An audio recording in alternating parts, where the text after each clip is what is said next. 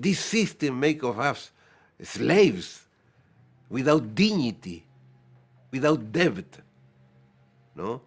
With a devil in our pocket, this incredible money.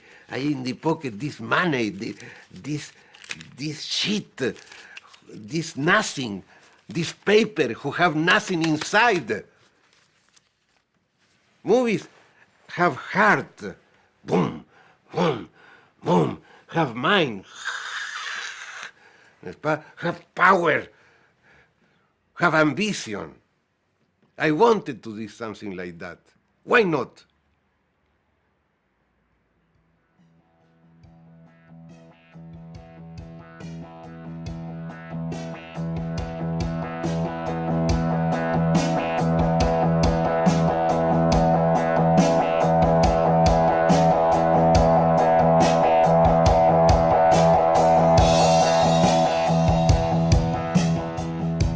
Hey guys, my name is Amy Cassandra Martinez and welcome to episode 7 of Take Zero, where we take a peek behind the scenes of movies that were never made. This is a very special episode where we will take a look at the one and only Alejandro Jodorowsky's Dune. Dune was written in 1965 by Frank Herbert and has been cited as the world's best-selling science fiction novel. The novel was published in 1965 by Chilton Books, a printing house who at the time was known mostly for printing auto repair manuals.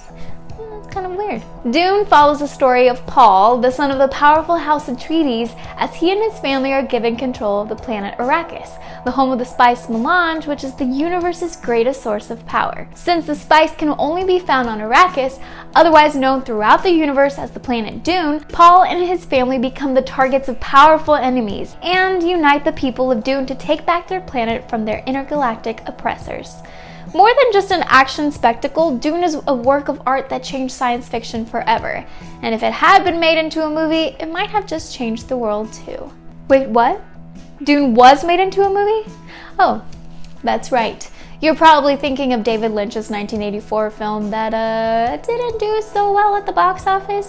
But no, I'm talking about what considered to be the greatest movie ever made. Alejandro Jodorowsky's Dune. Surrealist Alejandro Jodorowsky began preparations on adapting Frank Herbert's classic for the big screen in late 1974. After making surrealist masterpieces such as El Topo and The Holy Mountain, Jodorowsky set his sights on making a movie that would give audiences the same effect as LSD without actually taking the drug. He wanted to fabricate a high to stimulate his audience and open the minds of the entire human race by making a film that would, in essence, become a, quote, to change the young mind of all the world. Sounds crazy, right? Well, we're just getting started.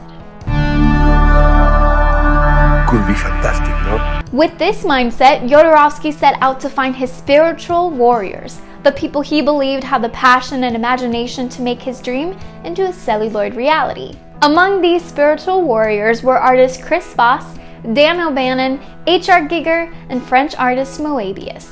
Together, these artists created hundreds of designs for Dune, from costumes to storyboards to fortresses and spaceships. Jodorowsky and his team created a truly epic adaptation that would have pushed the boundaries of filmmaking even further than Stanley Kubrick did in 2001, A Space Odyssey, nearly a decade before. I mean, look at this art! Even directors like George Lucas and James Cameron wouldn't even attempt to push the boundary of sci-fi filmmaking like this. Even the perfectionist Jodorowsky wanted only the best to star in his very own Space Odyssey. Jodorowsky cast famous surrealist Salvador Dali as the Mad Emperor of the Galaxy, promising him $100,000 for every minute of screen time. What? Orson Welles was cast as the villainous Baron Harkonnen, with Rolling Stones frontman Mick Jagger hired to play the Baron's equally ruthless nephew. Jodorowsky's own son, who had co-starred with him years before in El Topo, was cast to play Paul Atreides with his father, the Duke Leto, to be played by David Carradine. That's barely half of the cast, and it already sounds like the greatest movie of all time. We will change the world.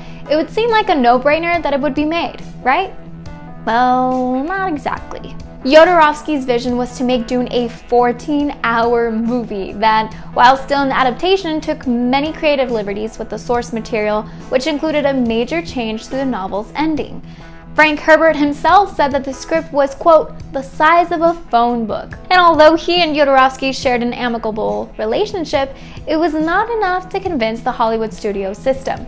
The funding ran out and the project was canceled. After 2 years of pre-production, Alejandro Jodorowsky's Dune was dead. Funny enough, the daughter of famed producer Dino De Laurentiis convinced her father to purchase the rights back from Jodorowsky in 1976, and nearly a decade later released a version of Dune from director David Lynch that opened to less than favorable reviews.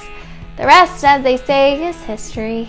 Some good did come out of this tragedy, however. The creative team of Chris Voss, Dan O'Bannon, and H.R. Giger worked on 13 different scripts together, the final script becoming a little science fiction horror movie you may be familiar with called Alien. Yeah. From the Inkle to the Metabarons, pieces of Jodorowsky's Dune have survived. Even the opening of Robert Zemeckis' Contact feels partly inspired by Jodorowsky's opening scene, a long tracking shot that traverses across the universe, a feat that, in Jodorowsky's words, would be better than even the opening shot of Orson Welles' A Touch of Evil. And that's not all that survived. Jodorowsky and his team believe that the production book of their adaptation of Dune made its way through the major Hollywood studios, and many prominent science fiction films have since been inspired by the team's production art. That's pretty cool.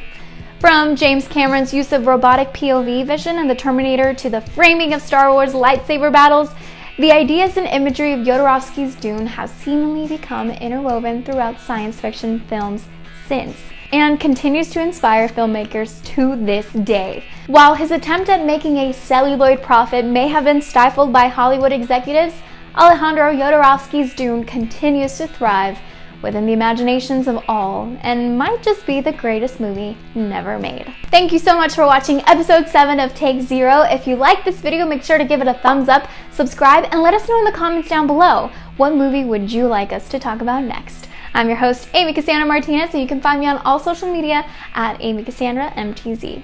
See you guys next time.